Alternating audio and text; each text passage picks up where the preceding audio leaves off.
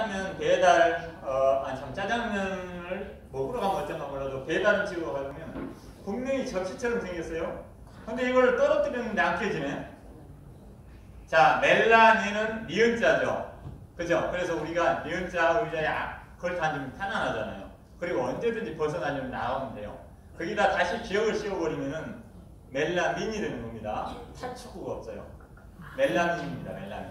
그 그릇이 딱 떨어뜨렸을 때 깨지지 않고 고기는 사기 그릇처럼 생긴 이게 발암물질이에요. 이 발암물질은 열과 산과 기름에 약해요. 근데 중국 음식들은 거의가 모두가 기름이 자잘해. 그래요? 게다가 따뜻할 때 와요? 차게 와요?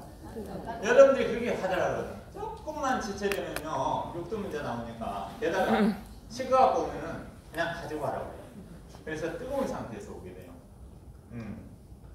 다시 말해 여러분들은요 스스로가 발암물질을 만들어 먹는 겁니다. 게다가 랩까지 씌워와요. 랩은 노닐페놀 대표적인 환경으로 옵니다. 생식기경을 일으키고 남자 새끼가 어머무하고 여자 기집애들이 0065 이런 걸 만들어버려요. 그걸로 또 씌워와. 게다가 여러분들이 독소가 거기다 뭘까지 첨부해 온다고요? 침까지 하나 더 얹어 오는 겁니다. 침 뱉어오니까 독소가지 마시라고요. 우리 원장님 그런 거 안 드시죠? 웃기만 하네. 드시나? 그래서 포장 용기는 우리가 생각하는 것보다는 훨씬 끔찍한 것들이 많아요. 특히 이제 저희 연수원이 보령 무창포 해수욕장 옆에 있어요. 그 옆에서는 자잘하게 호일에다가 어떤 거를 구워 먹어. 근데 그 구워 먹는 거이 거의 다 기름기를 잔뜩 가지고 있어요. 호일에다가 어떤 걸 구웠을 때요, 거기에서 알루미늄이 중금속이 우러나오는데 기름은 스펀지와 같아요. 그거를 빨아들입니다. 잘 우러나오겠죠. 게다가 뜨거우면 더 잘 우러나오겠죠. 그렇죠? 그래서 우리가 혹시라도 고구마를 구워 먹는다, 감자를 구워 먹는다, 그거는 호일에 해도 괜찮아요. 그런데 삼겹살을 구워 먹는다, 이거는 끔찍한 겁니다. 하지 마시라는 거예요. 자, 우리가 포도주잔을요, 프랑스제 포도주잔 가진 사람들이요, 어깨를 으쓱 하더라고요. 그럴만해요. 으쓱하면 어디로 올라가요? 하늘로 올라가죠. 그 포도주잔, 프랑스제를 쓰는 하늘로 올라갈 수가 있어요. 세상에서 카드뮴이 가장 많이 들어있는 포도주잔이 프랑스제 수제 포도주잔입니다. SiO2, 규소는요, 여러분들이 석영질로 알고 있는 규소는 열과 충격에 약해. 그냥 떨어뜨리면 바싹 깨져버리고 뜨거운 물을 부으면 바싹 깨져버려요. 그러지 못하라고 거기다가 수은이나 카드뮴이나 납을 집어넣는 거예요. 그러니까 여러분들이 유리그릇으로 된 용기에다가 한약을 달여 먹는 거. 참 이상하죠? 줬다 뺏는 꼴이잖아요. 거기다 약초를 달여서 약용 성분이 들어오는데 거기서 또 다시 뭐까지? 중금속까지 우려먹는 거. 줬다 뺏는 꼴이죠. 그래요, 안 그래요? 그래서 정 유리그릇 쓰고 싶으면 보물상에 한번 가봐요. 그래서 10년, 20년 쓰다 버린 거, 그런 것들은 덜 우러나오는데 새 것을 안 쓰는 게 낫겠습니다. 물론 위에 음식물을 볼 수 있는 그런 부분이 괜찮지만은 뜨거운 물을 붓는 것은 한번 생각해 봐야 된다는 겁니다. 자, 막걸리집에 전주에 가보면 막걸리집이 있어요. 저 한번 가보고 싶은데, 그런데 막걸리집에 갔는데 주전자나 그릇을 찌그러뜨리는 곳에 가면 절대 가지 마세요. 그런 데는 무식한 겁니다. 옛날에 우리가 못 살고 못 먹던 시절에는 오래 쓰다 보니까 찌그러져서 칠도 벗겨졌는데, 칠이 벗겨지면 그 안에서 또 알루미늄이 우러나와요. 게다가 우리가 먹고 있는 거의 모든 막걸리나 이런 데는요, 유기산이 조금씩 들어있어요. 산은 알루미늄을요, 산알루미늄을 만들어버려요. 더 나쁩니다. 우리가 어렸을 때 좀 나이 든 사람도 있는데요, 도시락을 싸면은 밥이 들어가 있는 건 멀쩡한데 반찬이 들어가 있는 것들은요, 얼마 안 돼서 사가가지고 위에 막 여기 볼록볼록해서 위에 거친 가루 같은 게 보였죠. 그래서 사실 굉장히 위험한 건데, 옛날에는 다행히 칵테일 효과라고 해서 다른 발암물질을 거의 먹질 않았어요. 그래서 그런 것들은 나왔는데 요즘에는 안 된다는 거죠. 찌그러뜨리면 모난돌이 정을 맞는다고 그 찌그러져서 올라온 부분이 먼저 닳게 돼요. 그러니까 새 그릇보다 아니 반반한 그릇보다 훨씬 빨리 그 안에 들어있는 중금속이 우러나올 수 있는 겁니다. 아셨죠? 알수록 우리가 하고 있는 잘못이 너무 많네요. 또 포장용기 생각나면 말씀해 주시고 아니면 넘어가도록 하겠습니다. 다음. 옛날에는 우리가 이질에 걸렸으면 웃었어. 에헤, 그 일본 놈들이나 무서워하는 거지. 우리는 아무것도 아닌데. 요즘에는요, 이질에 걸리면은 보건소 눈치 보는 거예요. 언제 우리 휴교를 내릴까? 언제 우리 취직을 할까? 왜 그런다고요? 왜 그래요? 1번 이질균이 아주 고약한 놈으로 바뀌어서 2번 우리 몸이 해떡이 되어버렸으니까 1번이 2번이에요. 2번 우리가 너무 깔끔 떨다 보니까 그러는 겁니다. 깔끔 떨지 마시라는 겁니다. 자, 전통적인 위생관념에서 보면요, 세균은 우리 몸의 적이에요. 그렇죠? 그래서 밖에 나오고 보면 비누로 손 씻어라, 살균 제거라. 그것이 바로 우리 발목을 잡는 거예요. 데이비드 스트라천이라고 해서요, 우리나라 사람인가요? 이름 들어보니까 독일 사람이에요. 독일은 우리나라보다 훨씬 크고요, 인구도 훨씬 많아요. 그 나라에 위생 가설을 주장하신 분인데요. 그분이 첫 파리에 하나는 기생충을 감염시키고 하나는 감염을 안 시켰어요. 어느 쪽이 건강하고 어느 쪽이 오래 살았을까요? 기생충 감염. 전통적인 위생관념이면요, 우리 해충, 천충, 십장충은 없애야 된다고 생각하잖아요. 그래요, 그래요. 그런데 해충에 아니 기생충에 감염된 쪽이 2배나 오래 살았어요.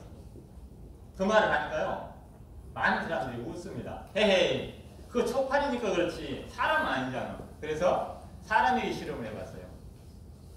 독일의 가장 깨끗한 집의 아이들하고 독일의 가장 더러운 집의 아이들하고 어떤 아이들이 더 건강한가?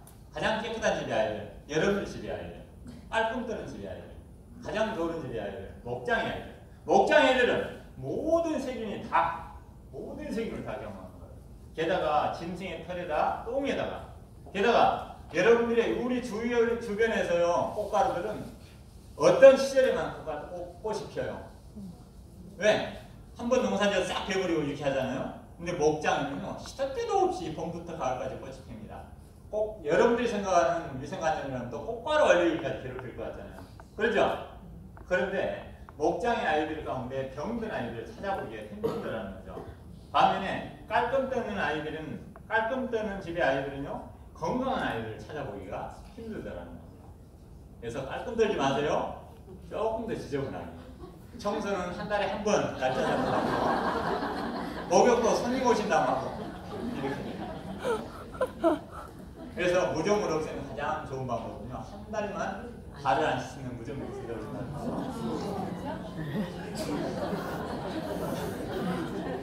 깔끔 떨지 마세요. 세균이 없는 세상은 우리가 살 수 있는 세상입니다. 특히 어떤 세균은 없애서는 안 된다고 그랬죠? 진먼지 진드기를 없애는 그런 멍청한 사람들은요, 우리 인류가 멸종을 보기 위한 겁니다. 인류처럼, 우리 사람들처럼요, 정착 생활을 한다면 반드시 진먼지 진드기가 함께 살아줘야 돼요. 예를 들어서 뭐 원숭이나 이렇게 막 왔다 갔다 하는 애들은 상관없어. 진먼지 진드기 없어도. 그런데 우리처럼 한 곳에 사는 사람들이 진먼지 진드기 없이 살려면 2가지밖에 없어요. 하나는요, 철저한 위생관념을 통해서 진먼지를 없애버리는 거. 2번째는 아예 무균실에서 하는 거. 이 2가지 가운데 하나가 돼야 돼요. 안 그러면은 여러분들은 이 진먼지 진드기와 함께 살아야 돼요. 만일에 옛날에 우리 어머님들은 해 뜨면 일어나고 해 지면 집에 들어갔어요. 그쵸? 언제 청소를 합니까? 언제 목욕을 합니까? 그래서 청소는 언제? 손님 오실 때 아니면 계절에 한 번씩.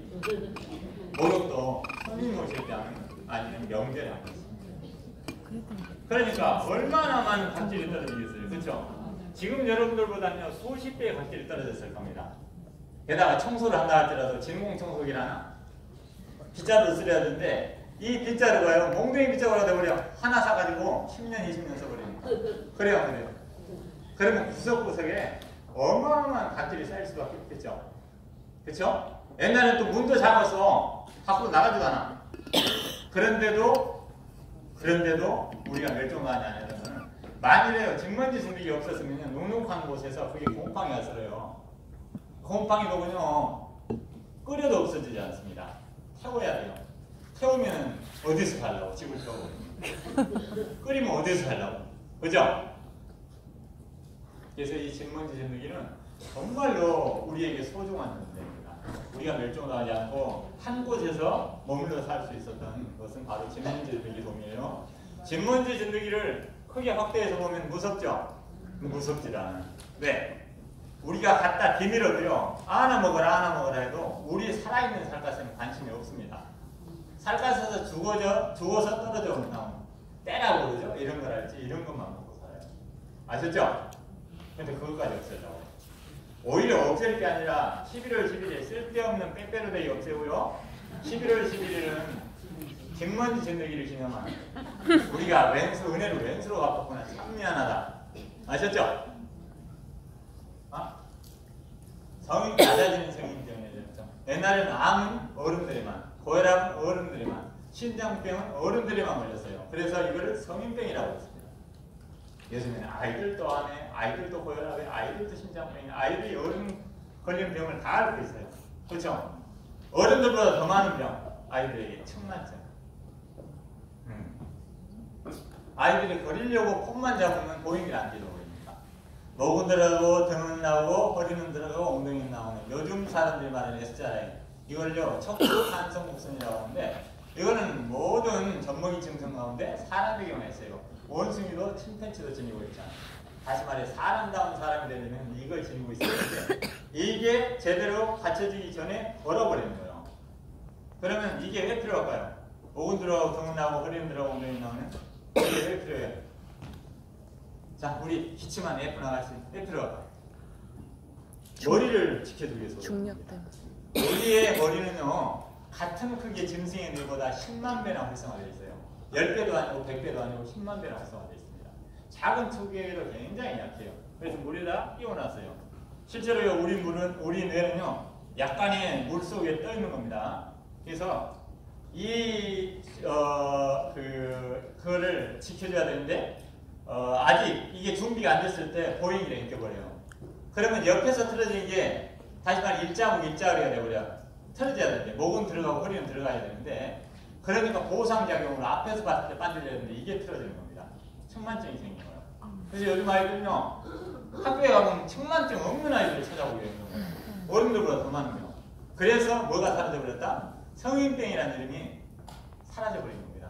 그리고요 어디 보자. 우리 예쁜 아가씨 동안 물 한 잔만 10분에 한 모금씩 마셔줘야 되는데 지금 제가 꽤 시간이 지나도록 한 모금 못 마셨어요.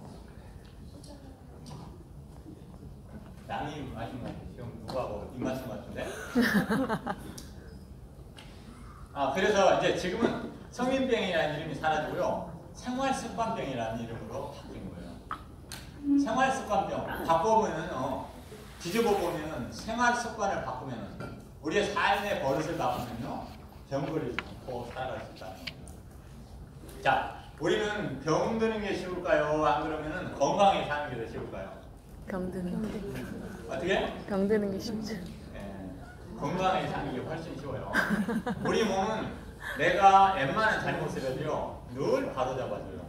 이거를 우리말로는 늘 생리학에서는 항상성이라고 합니다. 그런데 오늘도 화제도 이달도 다음 달도 올해도 새해도 끊임없이 여러분들이 하루도 빠짐없이 같은 잘못을 되풀이하니까 그래서 아이고야 하고 넘어져 버리는 게 병이라는 걸로 나타나는 거예요. 그래서 우리의 밥상만 바꿔버려도 밥상만 바꿔도 적어도 우리 아이들은 병에 걸리지 않는 또 여기 계신 분들도 병에 걸리지 않는 그런 몸을 바꿀 수 있다는 겁니다. 다음 요즘 6시 내 고향이라 이런 데 보면요 고담배 이렇게 나와요. 고담배 좋은 거예요 나쁜 거예요? 아주 위험한 겁니다. 고담배 가다가 죽어버리는 사람이 있어요. 누구요? 로버트 해킹스라고 황제 다이어트 장시자 그 사람이 심장병으로 죽었습니다. 여러분들이 단백질을 많이 먹게 되면요 가장 견디기 어려워하는 게 심장과 신장 다름이 비슷하네? 콩팥과 염통이 가장 힘들어요. 아셨죠? 그래서 단백질이 우리 몸에 얼마나 해로운가를 연구해 놓은 자료를 한번 말씀드릴게요. 인류 역사상 가장 방대하고 가장 깊이 있는 먹거리에 대한 연구가 1975년에 이루어졌어요. 앞으로도 이런 연구는 없을 거고요. 그전에도 없었습니다. 미국은 양원제로 이루어졌다는 거 아시죠? 미국 상원에 영양문제특별위원회가 설치됐는데요. 당시 부통령을 지냈던 맥거번 상원의원과 암살당한 케네디 대통령의 동생 에드워드 케네디가 주관이 돼가지고요. 전 세계 300여 명의 영양학자들을 초청을 했어요. 세계 최고관. 안 놀라네요. 우리 4대강이 어떻게 위원회가 이루어지는지 알려면 놀랄 건데. 그리고 기간도 3해 남짓했습니다. 그래서 질병과 영양과의 관계를 한번 추적을 해보라고 했어요. 왜? 산업혁명이 일어나면서 뭐가 일어났어요? 식품영양학이라고요. 또 농업혁명이 일어나서 식품영양학이 그때 탄생을 합니다. 이 영양을 칼로리 영양학이라고 해요. 칼로리 영양학 측면에서 보니까 우리는 숨만 쉬는데 1200 내지 1400kcal가 필요하다는 거예요. 이거를 기초대사량이라고 합니다. 또 우리가 이렇게 강의를 듣고 또 강의를 하고 일을 하고 하는 활동 대사량을 보니까 2400칼로리쯤이 필요하더라. 그래서 그러면 질량 보존의 법칙, 연력학 제1의 법칙에 따르면요, 우리는 2400kcal 이상은 먹어야 된다고 했어. 그래서 그렇게 먹자고 식품영양학회에서 또는 영양학자들이 말을 해놓으니까 맨하탄에 그 예쁜 사람들이 다 사라져버리고요.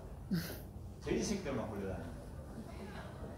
그래서 아하, 이건 뭐가 잘못됐다 해서 3년 남짓해서 나온 게 이겁니다. 근데 300여 명의 식품영양학자들이 이미 참여했으면요, 보고서가 적어도 300개가 되겠죠. 게다가 하나만 낸 게 아니잖아요. 어떤 사람 10개, 20개도 넣습니다. 그래서 그거를 요약본으로 만들어 놓은 게 5천여 쪽의 방대한 보고서예요. 게다가 당시에는 퍼스널 컴퓨터 PC가 없었으니까 모조리 타이핑을 해서 했어요. 게다가 그때는 제공 기술도 뛰어나지 않았어요. 모두가 양장피.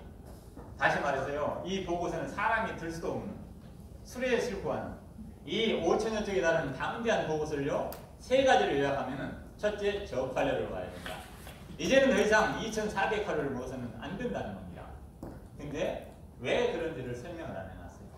그러다 보니까 그전에는 기준점이었다 보니까 틀리건 만큼 2400칼로리를 시작했는데요. 이제 기준점이 사라져버리니까 어떻게? 210펜을 들어가는 거예요. 어떤 사람이 2000칼로리, 어떤 사람은 1600칼로리, 어떤 사람은 1000칼로리, 210펜을 들어가요. 여러분들 만일에 식품영양학과를 주위에서 물어보세요. 아마도 그날 기분에 따라서 아무렇게나 말해요. 그렇게 해서는 안 되죠.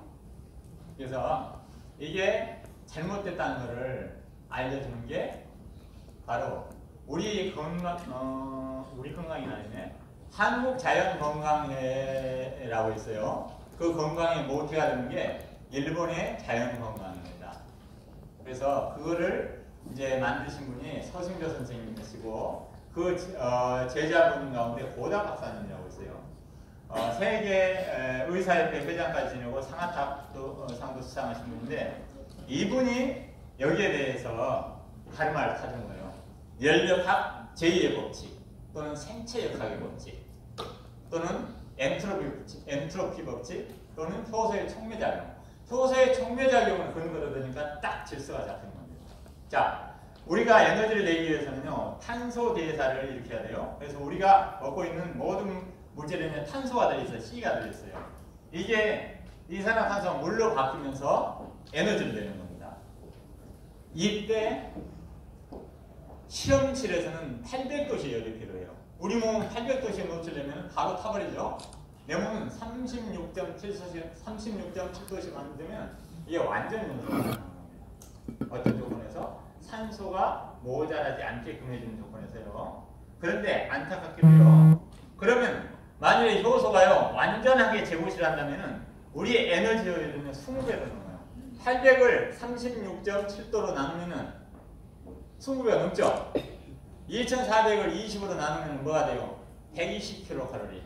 다시 말해서요, 이 효소가 완전한 사람은 하루에 120kcal만 먹고도요 아무런 우리 몸에 이상이 없는 겁니다. 아쉽게도 여러분들은 옷을 입고 음식을 익혀 먹고 술 담배를 하고 자꾸 가공식품을 통해서 식품 첨가물을 먹고 고기를 먹고 이런 하지 말라는 것을 너무나 많이 하기 때문에요 이 효소가 안전하지 못해요. 효소가 제공을 못해요. 그래서 우리 자연건강법에서는 500kcal쯤을 먹으면 충분하다.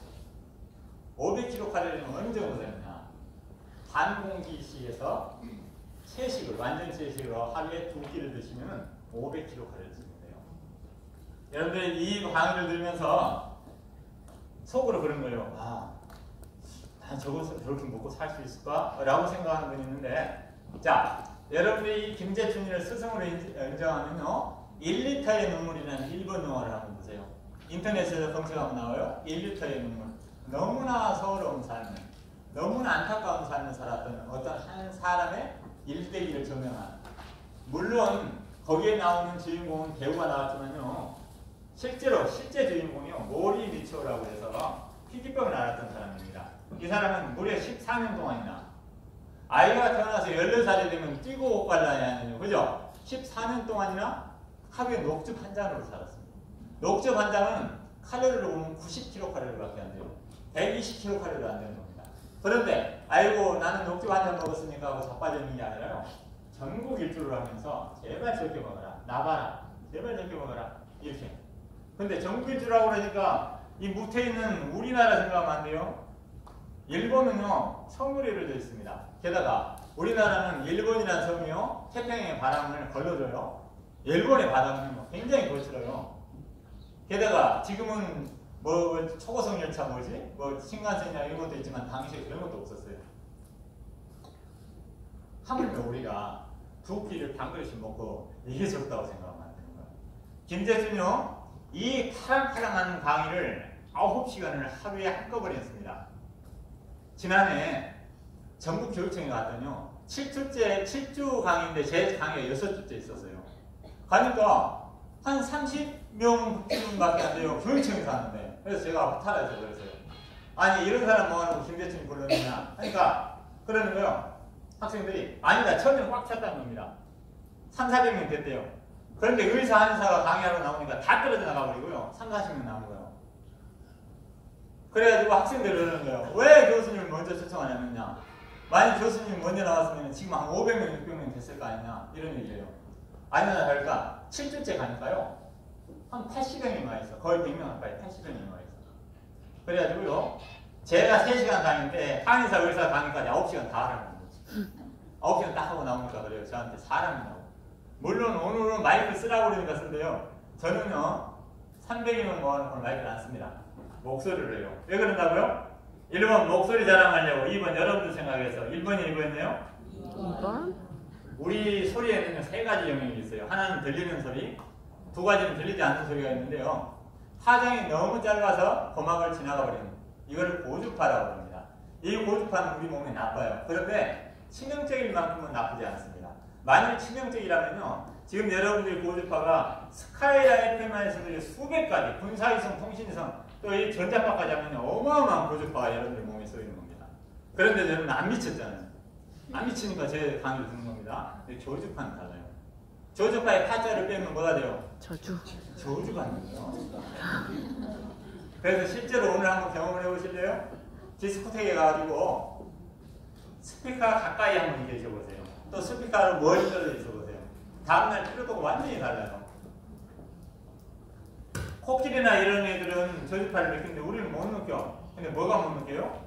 내 뇌에서 못 느끼는 겁니다. 우리 몸에 백종이나 세포는 다 느껴요. 특히 신경이 굉장히 영향을 받는 겁니다. 그래서 제가 요걸 안 쓰는 거예요. 웬만하면. 근데 이제 옛날에 안 쓰려고 그러니까 우리 진행자가 지금 녹화하고 있다 해서 그때부터는 이제 쓰고 있었는데요. 아셨죠? 그래서 9시간 하니까 저한테 사람이 먹어요. 철인이라고. 적게 먹어야 되는 거예요. 적게 먹어요. 많이 먹으면요 분명히 탈이 나요. 우리 오 원장님이 대표적으로 적게 드시는 분 같아요. 얼마나 드세요 하루에? 1.5. 하루 2끼를 다 먹는 건 맞죠? 여하튼 이제 오 원장님이 이제 저렇게 드시면서 건강을 유지하는 거 보니까 여러분들도 그래야 되겠죠, 그죠? 그래서 제 같은 경우에는 이제 아까 말씀드렸다시피 아침은 안 먹어요. 우리 건강법에서는 아침을 먹지 말라고 해서 그래서 점심과 저녁을 반 그릇씩에서 완전 채식을 하고 있습니다. 그렇기 때문에 이렇게 살아가는 거예요. 저 하루에 서너 시간 자고 있어요. 제가 하는 일만 해도 7가지가 돼요. 대학 강의, 대학원 강의, 또 외부 강의 이렇게 다녀야 되고 또 상담을 해야 되죠. 또 신문기사도 써야 되고 제가 또 국토양구 국책과제 연구 심사위원이요. 그것도 해야 되고 7가지를 또 작은 기업체를 운영하고 있어요. 그리고 연수원도 운영하고 있습니다. 이 일을 다 해나가려면 하루에 5시간 이상 잘 수는 없다는 겁니다. 그런데도 이렇게 그것도 어떤 사람이 철저한 휴식이 필요한 크론병을 앓았던 사람 크론병을 앓은 사람은요 철저하게 휴식을 필요해요. 내 몸이 쉬어질수록 약이 되는 거예요. 그러면서 바람풍하면서 바람풍하는 사람이 아니 바람풍하면서 바람풍하는 사람이 이제 김재승이가 되어버렸는데 여하튼 이 단백질은 우리가 생각하는 것 그 다음 이제 두 번째 처음에는 저칼로리로 가자. 그 다음에 두 번째가요 저단백으로 가자. 왜? 이 단백질이 뭘 만들더라? 우리 몸에 암을 만들더라. 특히 당연히 단백질 때문에 생긴다는 거. 자, 우리 몸에서 아주 중요한 아미노산 가운데 하나가 크립토판이라는 아미노산이 있어요. 내 몸에 단백질이요 1g만 승수 정지해서 우리 정맥주 사는 갑자기 쇼크가 벌벌 떨면서 죽어버려요. 그래서 단백질은 모두가 아미노산으로 단백질은요 시멘트 벽돌이에요. 아미노산이 크게 뭉쳐져 있는 게 단백질인데 이게 머리 안으로 쪼개져야 되면 내 몸에 들어올 수 있어요. 물론 그렇지 못한 사람들이 있어요. 창자가 새는 사람들. 새는 창자. 한자로 장누수승문이라고 그러죠. 이게 너무 많아요. 특히 알레르기가 있는 사람. 아토피나 비염이나 천식이나 크론병이나 루푸스나 류마티즘이나 이런 알레르기가 있는 사람들은 더군다나 창자가 세기 때문에 덜 분해된 단백질이 들어갑니다. 근데 이제 완전히 분해된 단백질이라도 아미노산을 들어올 때 이게 약이 될 수가 있고 독이 될 수 있다는 거죠. 크립토판이라는 아미노산이 있는데 이 크립토판은 잘 만해지면 내 몸에서 세로토닌이 돼요. 자, 이시영 박사가 재밌는 이름을 붙여놨더라고요. 행복 호르몬. 실제로 이름 맞잖아. 우리가 세로토닌 많이 나오게 되면요. 작은 일에 기쁨을 느끼고요. 늘 웃음 짓는 사람들이 될 수가 있어요. 그리고 더군다나 쓰고 남은 것은 밤에 멜라토닌으로 바뀌어가지고 우리가 깊은 잠을 잘 수 있게 해주고요. 내 몸에 생기는 암세포를 비롯한 잘못된 세포들을 정리해주고 또 자라는 아이들한테는 자랑을 부추겨주고 나이 든 사람에게는 젊음을 지켜주고 이런 것이라는 건데 그런데 이게 만일요 내 몸에서 비타민 B6가 모자라게 되면은 이게 크산토렌산이라고 중간 대사물질이 생겨요. 이게 어떤 굿이라느냐 내 몸에 췌장에 랑거한스섬이라고 있는데요. 랑거한스섬에 알파세포가 있고 베타세포가 있어요. 이 베타세포에서 인슐린을 만드는데 이 인슐린을 망가뜨려버려요. 이 랑거한스섬을 망가뜨려버려요. 그러니까는 어떤 사람만이 고기를 먹는 사람만이 당뇨에 걸린 까닭이 이것 때문에 그러는 거야. 그런데 아쉽게도요 의사나 한의사들은 왜 자꾸 당뇨를 얻다 당을 제한하라고. 물론 당도 제한해야 돼요. 근데 그보다 앞서서 고기를 먹지 말라고 해야 됩니다. 그런데 안타깝게도요 뇌가 좋으니 궁둥이가 좋으니 이 짓거리라고 해서 이런 정말로 잘못된 겁니다. 그러니까 당뇨를 못 낳는 거예요. 자연에게는 당뇨를요 감기만큼 쉽게 낳는데 왜 못 낳느냐? 당뇨의 뿌리를 건드리지도 못하니까. 당뇨가 뭔지도 모르는데 어떻게 낳을 수 있어요? 당뇨는 병이에요, 병이 아니에요? 병이 아니에요. 설탕에다 딸기를요 몇 주만 넣어놔도요 물러져 버려요. 내 몸도 마찬가지입니다. 내 몸도 설탕에 절여지게 되면 물러져 버려요. 조직과 장기와 세포가 물러져 버리는 거예요. 그래서 남아도는 당을 몸 밖으로 빼내야 되는데 땀으로 너무 느려, 똥으로 너무 느려. 그래서 오줌이란 술에 실려가지고 몸 밖으로 빼내는 거예요. 그러니까 당뇨라고 하는 겁니다. 이거는 내 몸을 지켜주기 위한 자연 치유액이에요. 그래서 한의학이나 양의학에서는 물을 못 먹게 해요. 근데 자연의학에서는요 물을 많이 먹게 해요. 왜 그럴까? 술에는 가볍게 해줘야 돼요. 수리가 무거워지면 안 되죠. 그래서 오줌이 걸쭉해지면요, 당 농도가 높아져가지고 오줌이 밖으로 빠져나갈 때 털이라고 한자로 사고체라고 그러는데요, 금은망을 녹여버려요. 그러니까 내 몸에 가장 큰 단백질까지 빠져나가버려요. 단백질이 빠져나가면 내 몸에서 빠져나가지 못할 게 아무것도 없어요. 다 빠져나가 버리는 거예요. 그러니까 의사나 한의사나 듣는 사람들은요, 이렇게 살이 쪄 있다가도요, 죽을 때 빼샥 말라서 죽어버린 거다기 그러는 겁니다. 아셨죠? 자, 여러분들의 이 집에 냉장고가 200리터가 넘은 분 손 한번 들어봐요. 다들 해야지. 여러분들 800, 800 그래요. 근데 200리터가 넘으면요, 200리터까지 냉장고에 하는데 나머지는 질병 제조기가 되는 겁니다. 자, 여러분들이 냉장고에다 놔두게 되면요, 뭘 막을 수 있어요? 부패를 막을 수 있는데 산화는 부추겨요. 특히 불포화 지방은요, 불포화 지방 자체는 우리 몸에 나쁜 기름이 쌓이는 걸 막아주게 되고요, 피트를 부드럽게 해주고 여러 가지 부식 많이 해줍니다. 그런데 이게 오래 두거나 이렇게 되면요, 가장 빨리 산화돼 버려요. 불포화됐다 보면요, 산화 안정성이 아주 떨어진다는 소리라고 하세요. 그래서 이게 뭐가 되냐면 과산화 지질이라고 해서 발암물질이 만들어지는 거. 여러분들 냉장고 한번 보면요, 언제 들어온지도 모르는 게 들어있어. 이게 몇 회가 됐는지 몇 달이 됐는지 알 수 없는. 그건 발암물질 덩어리라고 보면 돼요. 빨리 갖다가 버리세요. 그리고 냉장고를 200리터 싹둑 잘라버리면 쓸 수 없으니까 200리터만 쓰는 거야. 나머지는 비워두고. 그럼 냉기 순환이 잘 되니까 어때요? 늘 싱싱함을 먹을 수가 있겠죠. 게다가 더 현명한 주부라면요, 안하기라면 거기다가 날짜까지 해주는, 날짜까지 써놓는다면 더 좋겠죠. 자, 우리가 TV 10시간 보는 게 전자파를 많이 쓸까요? 컴퓨터 1시간 하는 게 전자파를 많이 쓸까요? 컴퓨터. 컴퓨터는 TV의 10배쯤에 전자파를 내보내요. 그럼 같아야 되는데 왜 그러느냐? 전자파의 특성. 첫 번째, 전자파는 거리의 제곱에 반비를 해요. 거리가 10배로 멀어지게 되면요, 10분의 1로 줄어드는 게 아니라 자승 100분의 1로 4배로 멀어지게 되면 4분의 1 줄어드는 게 아니라 4, 4, 16, 16배로. 그런데 컴퓨터는 대가리 쳐박고 보죠. 요즘에 집이 자꾸 커지니까요, TV는 2, 3m 떨어지는 거 보는 건 기본이에요. 어떤 집이 한 5m 떨어져도 좋아요. 그죠? 저희 연수원이 예전에 서산에 있을 때 30만 볼트에 고압선이 한 300m쯤 떨어진 곳을 지나가고 있었어요. 사람들이 그러는 거예요. 아이 교수님, TV에 나와서 유명하신 분이라 왜 이런 데다 연수원 했냐. 그래서 제가 보여줬어요. 전자파 측정이 안 돼요. 봐라. 측정이 안 됩니다. 왜 그래요? 전자파의 특성 때문에 그래요.